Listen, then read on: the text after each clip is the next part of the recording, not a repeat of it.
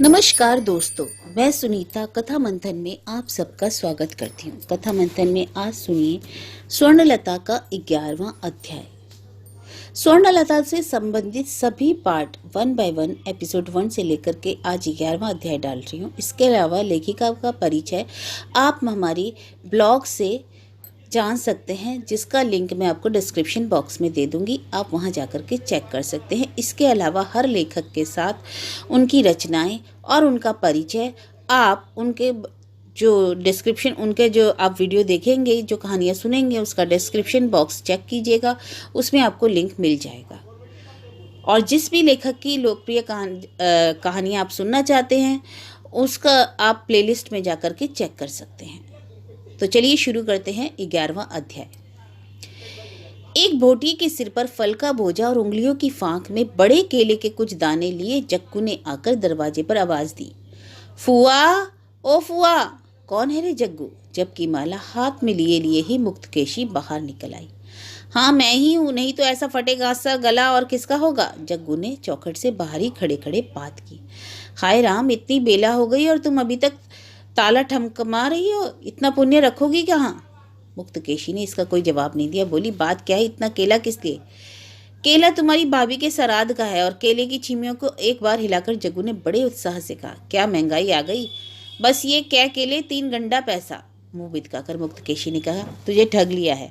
मैं इतना तो 2 ही आने में लाती, आना दर्जन। पूछती हूँ इतने फल का क्या होगा? कह तो दिया, तुम्हारी प्यारी भाभी श्यामा सुंदरी का श्राद्ध है। हाय मेरी माँ, श्यामा माँ, मात्र नाम लेने का अपराध ना लेना। प्रसाद बनेगा प्रसाद। श्यामा सुंदरी मुकदमा जीत जो गई। कल राय सुनाई गई, सत्यनारायण की मान रखी थी, आज वही पूरी की जाएगी, वह भी सांझ को। वही कहने आया हूँ, माता जी ने बार बार कहा है। जिसे विस्मय विस्फारित लोचन कहते हैं, उसी भंगिमा से मुक्तकेशी ने कहा, माँ जीती यानी तू हार गया? अरे सो श्यामा सुंदरी जीते तो मुझे तो हार नहीं होगा, यह तो है ही। वादी प्रतिवादी का नाता तो रात दिन जैसा है, यह वह नहीं है, वह है तो यह नहीं। मुक्तकेशी ने खुजलाकर कहा, बकवास तो रहने दे, मैं कहती हूँ हार गया और थोता मुंह भोता करके माँ की मन्नत की पूजा का सामान जुटा रहा है। जग्गू ने असंतुष्ट होकर कहा, बस इसलिए कभी कभी तुमसे मेरा विरोध हो जाता है फुआ। मैं पूछता हूँ, मैं ना जुटाऊं तो और कौन यम आकर इंतजाम कर देगा? तुम्हारी भाभी के आखिर क्या कोरी लड़के हैं, फिर कहाँ सवेरे ही तो उन्हें लेकर कालीघाट जाना होगा। पूर्व जन्म का कितना महापातक था कि मैं इकलौता होकर पैदा हुआ। हाँ तो जाना है। जग्गू चला जा रहा था, हाथ के इशारे से उसे रोककर जबकि माला को माथे से लगाकर मुक्तकेशी बोली, देख, सत्यनारायण कच्चा खाने वाले देवता हैं, उनके नाम पर अन्याय उपरोध मत करना। मेरे बाप के वंशधर को बेदखल करके फटाफट मामला जीतकर भाभी सत्यनारायण की पूजा करेगी और मैं वहां प्रणाम ठोकने जाऊंगी। मेरे यहाँ का एक प्राणी भी नहीं जाएगा। जग्गू ने और भी असंतोष के साथ कहा, मजा देख लो, मैं टुकुर टुकुर देख सकूंगा और तुम नहीं देख सकोगी? अरे देवता कुछ उनके खानसामा तो नहीं है कि सारा पुण्य फल उन्हीं को दे देंगे। ए बहुरानी, घोड़ा गाड़ी ठीक करके सास को लेकर दाई के साथ सभी आ जाना। मामी सास ने कहलवाया है, बड़ी धूम की पूजा है, बने तो सब भाई लोग भी आए। मैं चला, बहुत काम है। बड़े बाप की बेटी की मुराद पूरी करते करते जग्गू के चले जाते ही सजली बहू ने मुंह बनाकर कहा, जेठ है, गुरुजन है, कहना अपराध है, परंतु उस घर के बड़े जेठ जी की बुद्धि की बला पर मरने को जी चाहता है। हंसू या रोऊं? जाने कहाँ थी स्वर्णलता, चट बोल उठी। इस घर के बाबू लोग यदि उस घर के बड़े जेठ जी के पैरों के नाखून के योग्य भी होते तो दोनों बेला इनका पाँव धुलवा पानी पीती। सजली ने बहुत दिनों से मजली बहू से बोलना चलना बंद कर रखा था। आज जब मजली दी ने ही उसे तोड़ा तो जवाब देने में बाधा ना रही। बोल उठी, क्या कहा मजली दी? जो कहा ठीक ही कहा है। किससे किसकी तुलना? वह जेठ जी तो आदमी की शक्ल में एक खैर गुरुजन है, कुछ कहूंगी नहीं। कहावत है ना, किसकी और किससे? सोने की शीशे से तुम्हारी तुलना वैसी ही हुई। ठीक ही कहा मैं सजली, सोना और शीशे की तुलना ही ठीक है, लेकिन प्रश्न यह है कि कौन सोना है और कौन शीशा। बात इतनी है कि तुम लोगों के हिसाब से मेरा हिसाब नहीं मिलता, किंतु स्वर्ण का हिसाब क्या किसी के हिसाब से कभी मिलता है? मिलता होता तो भला वह 3 बच्चे बच्चियों को लेकर एक नौकरानी के साथ सांझ गए किराए की घोड़ा गाड़ी पर जा बैठती। चंपा छिटक गई, वह नहीं गई। भानु कानू नहीं गए, गए केवल चंदन, पारुल और खोका। वे अभी माँ को छोड़कर नहीं रह सकते। फूलों की सुगंध, धूप की सुगंध और ताजा कटे फलों की गंध ने घर में मानो देव मंदिर की हवा ला दी। और दरवाजे से ही अल्पना की सुनिपुण रेखा अपना सुषमामय स्वप्न लिए मानो देवता के आविर्भाव की प्रतीक्षा कर रही हो। कैसा अनोखा, कितना सुंदर, कैसा आनंदित यह स्वाद। स्वर्ण को लगा जैसे वह किसी स्वर्ण लोक के द्वार पर आ खड़ी हुई है। मुक्तकेशी तीरथ करती है घर से बाहर जा जाकर, मुक्तकेशी के मन्नत की पूजा करती है मंदिरों में जा जाकर। मुक्तकेशी के यहाँ इस प्रकार से देवता का आह्वान नहीं होता, रहने में सिर्फ एक ही है, साल में कई बार श्रुतिका षष्ठी की पूजा। किंतु उसमें क्या ऐसे मोहमय, सौंदर्यमय और सौरभमय परिवेश की सृष्टि होती है? उस सुरभित हवा से आच्छन्न होकर स्वर्ण धीरे से भीतर गई। श्यामा सुंदरी ने स्नेह से कहा, आओ बिटिया आओ, बच्चों आ जाओ भाई। हाँ हाँ हुआ, दूर से प्रणाम करो बहू, ननद जी कहाँ हैं? स्वर्ण ने धीरे से कहा, वह नहीं आ सकी। नहीं आ सकी? श्यामा सुंदरी ने विस्मय और विरक्ति से कहा, सत्यनारायण की पूजा में नहीं आ सकी? तुम्हारी जेठानी देवरानियां, वे लोग भी शायद ना आ पाए। शायद तो यूं ही था। पूरी गाड़ी में 3 बच्चे कच्चे लिए स्वर्ण आ गई, अब किसी के आने का प्रश्न ही नहीं। श्यामा सुंदरी बोल उठी, नहीं आ पाएंगी या आएंगी नहीं, समझती हूँ मैं नंद जी की मनाही होगी, मेरे यहाँ नहीं आएंगी। स्वर्ण ने भले भले कहा, नहीं नहीं वैसा क्यों, मैं तो आ गई। बुद्धिमती श्यामा सुंदरी भाग गई, यहाँ खिलाफ बोल नहीं सकती, समझकर अवश्य खुश हुई कि बहू में यह सद्गुण है। मुस्कुराकर, तुम तो मेरी पगली बिटिया हो, कहती हुई दूसरे काम में जा लगी। इतनी मिठास के साथ भी बात की जा सकती है। स्वर्ण कुछ देर अभिभूत हुई सी खड़ी रही, उसके बाद बच्चों को नीचे बिठाकर दुतल्ले पर चली गई। यहाँ पहले कई बार आ चुकी है। उस समय श्यामा सुंदरी बीच बीच में ननद और भांजे की बहुओं को न्योता करती थी। अब परिवार बड़ा हो गया है, नहीं बन पाता है न्योता करने से कम 20 पत्तल। दुतल्ले का बड़ा वाला कमरा ही श्यामा सुंदरी का है, दक्षिण रुख खुला रास्ते की ओर। इसकी खिड़की पर खड़े होने से बड़ा रास्ता दिखाई पड़ता है। मकान बड़ा नहीं है, फिर भी जगह जरूरत से ज़्यादा ही है। रास्ते के पास वाले उस कमरे के अलावा और भी 2 कमरे, सामने दालान। किंतु जग्गू को भूत का बड़ा डर है, कमरे में अकेला नहीं सो सकता है, इसलिए उस बड़े कमरे में ही माँ और बेटा दोनों का बिस्तर 2 पतली पतली चौकियों पर लगता है। श्यामा सुंदरी कहती है, तेरी नाक इतनी बस्ती है रे कि डर तो मुझे लगना ही चाहिए। तू जाकर अपने कमरे में सोना बाबा, मैं मुंह अंधेरे उठकर जरा ठाकुर देवता का नाम ले सकूं। जग्गू कहता, क्यों, कमरे में मेरे रहने से तुम्हारे इष्ट देवता डर जाएंगे? सो इधर के दोनों कमरों में जंजीर लगी रहती है। मुकदमे में कौन जीतेगा, इस पर लेटे लेटे माँ बेटे में तर्क वितर्क होता रहता है। तर्क में अंत तक अवश्य जग्गू की ही जीत होती है, क्योंकि वह अंतिम राय देता है। यदि भगवान है तब तो जीत मेरी ही होगी, समझी। संपत्ति मेरे बाप की है, तुम्हारे दादा की नहीं। श्यामा सुंदरी इसे अस्वीकार नहीं कर सकती, और यह भी नहीं कहा जा सकता कि भगवान नहीं है। स्वर्ण को माँ बेटे के उस अनोखे तर्क वितर्क का पता नहीं है, पर 2 पतली पतली चौकियां देखकर वह मुग्ध हो गई है। पूर्णिमा तिथि, खिड़की से होकर चांदनी आई है। फर्श पर सकीचों के बीच काली काली छाया। दुतल्ले पर कभी कोई नहीं है, लिहाजा दोनों ही लालटेनें नीचे ले जाई गई हैं। आधा अंधेरा आधा उजाला। कमरे में खड़े होकर स्वर्ण को हठात ऐसा लगा कि वह किसी दूसरी ही दुनिया में आ पहुंची है। निर्जनता की संभवतः अपनी एक सत्ता होती है, और वह सत्ता अलौकिक है, सुंदर है। बहुतों की उपस्थिति कैसी भद्दी और भौड़ी होती है।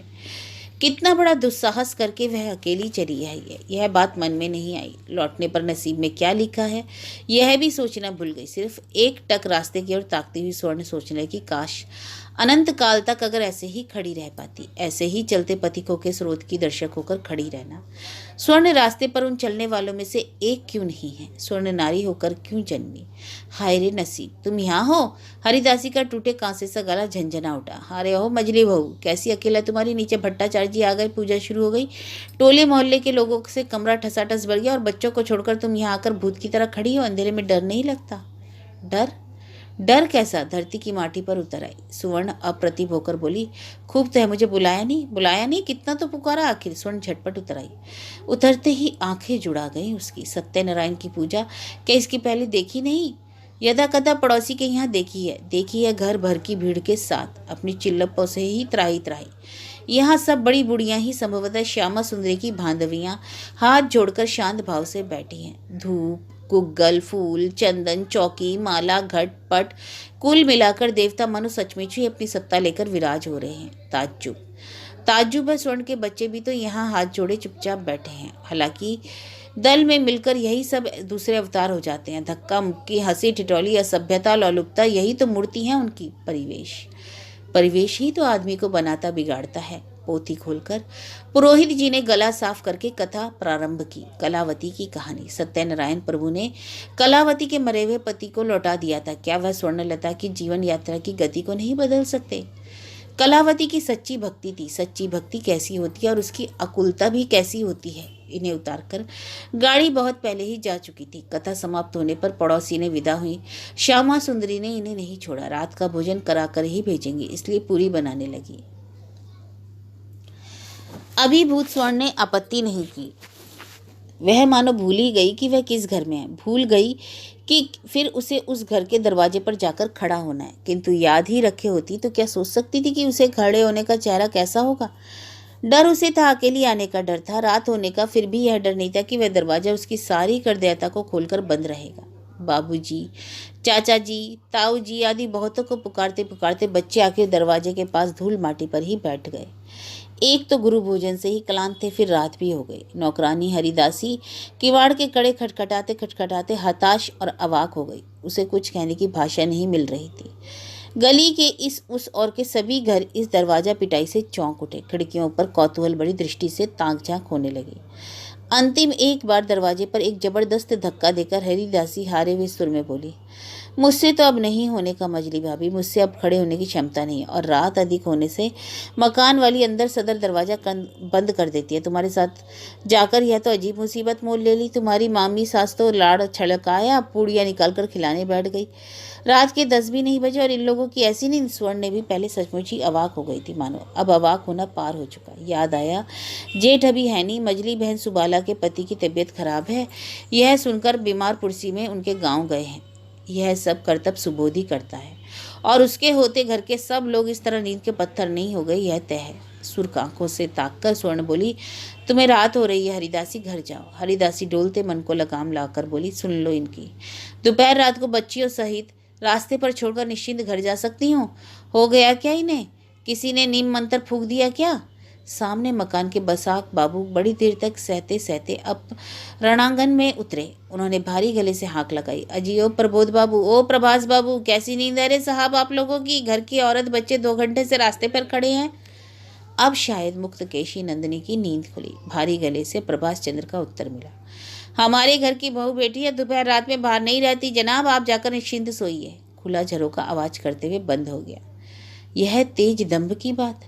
हरिदासी अकृतज्ञ गले से बोली, यह है तेज की बात, द्वेष की बात। पहले खाक मालूम था मुझे। अंदर अंदर तुम लोगों में इतना मनमुटाव है। जब यह हालत है तो तुम्हारा जाना उचित नहीं हुआ। मर्दों का गुस्सा चंडाल है, उस चंडाल को तू जाएगी या चली जा?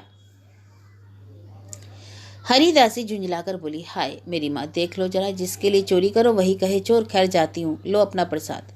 प्रसाद तू ले जाए तो मैं क्यों ले जाऊँ? यह तो मामी के यहाँ से तुम्हारे लिए दिया गया है। ठीक है, तू नहीं लेगी तो जाके रास्ते में फेंक दे। दुर्गा दुर्गा, डर से प्रसाद को माथे छुआकर हरिदासी बोली, हिंदू होकर अभी अभी जरा देर पहले नगद 4 गंडा पैसा बख्शीश में दिया है मजली भाभी ने, इसलिए मुंह से ज्यादा बोल नहीं निकला। मनी मन बोली, यूं ही क्या सारा घर तुम्हारी निंदा करता है? बसाक बाबू बुजुर्ग आदमी है, फिर भी दोपहर रात में स्वर्ण के पास जाने का साहस नहीं हुआ। उन्होंने पत्नी की सहायता ली। बसाक पत्नी उतरी, आकर करुणा विगलित स्वर में बोली, इस बच्चे तो सो गए हैं, रास्ते पर ही धूल से सन गए हैं। क्या बात है रे मजली बहू रानी, अकेली कहाँ गई थी? मजली बहू चुप। बसाक पत्नी ने ममता उड़ेली, समझ गई गुस्से की बात है, सो जितना भी हो जो क्यों ना हो, दोपहर रात में बच्चों को रास्ते पर छोड़कर दरवाजा बंद करके सो रहेगी? ऐसा भी गुस्सा होता है? कहाँ गई थी नेहर? मजली बहू के नेहर का नाम ही वस्तु किस प्राय में है यह मोहल्ले के लोगों को अनजाना नहीं है। फिर भी उस महिला को इसके अलावा कुछ और याद ही नहीं है। स्वर्ण अब बोली, स्थिर गले में बोली, जी नहीं तो।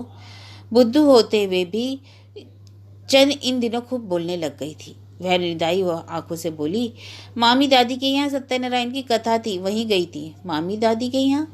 बसाक पत्नी का कौतूहल और बढ़ा, तुम लोग अकेली ही गई थी और कोई नहीं? दादी जी नहीं। उस बच्ची की आंखों से नींद उचट गई, बोली, नहीं मामी दादी मुकदमा जीत गई, दादी जी क्यों जाने लगी? बसाक पत्नी को मामला क्या है समझते देर न लगी, क्योंकि मुक्तकेशी की वह भाभी बनाम भतीजा का मुकदमा किसी से छिपा नहीं है, 7 साल से चल रहा था। बसाक पत्नी समझ गई, गंभीर होकर बोली, मगर तुम लोग जो गई सो मैं नहीं जानती। माँ गई इसलिए गई, दीदी भैया मजले भैया तो नहीं गई। दीदी ने कहा, जहाँ दादी जी नहीं जा रही वहाँ चन्न चुप होती जा। माँ की डांट से चन्ना चुप हो गई। और तुरंत बसाक पत्नी की करुणा का झरना भी सूख गया। चुप होने के निर्देश की यह डांट थी, या क्या सिर्फ स्वर्ण की बेटी के लिए ही थी? उस डांट से उनके कौतूहल पर भी एक चांटा लगा देना ठीक था। पड़ोसिन के यहाँ इस कारनामे के लिए उन्हें कौतूहल हुआ था। हुआ ही तो, जो नहीं होना चाहिए वही तो कांड, फिर भी कौतूहल ही है। खैर ठीक है, गंभीर स्वर में बोली। छोड़ो बहू रानी, तुम्हारे यहाँ का घिनौना सुनने की मुझे जरूरत नहीं, प्रवृत्ति भी नहीं। लेकिन जैसा देख रही हूँ आज रात तो अब ये लोग दरवाज़ा नहीं खोलेंगे, तो इन बच्चों को लेकर तमाम रात रास्ते पर तो नहीं पड़ी रहोगी। आदमी का चमड़ा आंखों में लिए इस हालत में छोड़कर चली जाऊं, और चैन की नींद तो सो नहीं सकती। चलो मेरे यहाँ सो रहा। टोली की बड़ी बूढ़ियों में बहू बेटियों के बोलने का रिवाज नहीं है, पर स्वर्ण उस रिवाज से परे चलती है। बोलती है। अभी भी बोली, सोने की अब जरूरत नहीं होगी बसाक चाची। बसाक पत्नी फिर भी टली नहीं। उन्होंने स्वर्ण का हाथ पकड़ने की चेष्टा की। कहा, ठीक है सोना नहीं, बैठी ही रहना। फिर भी तो एक छां के नीचे, तुम्हें जरूरत नहीं, इन बच्चों को तो है।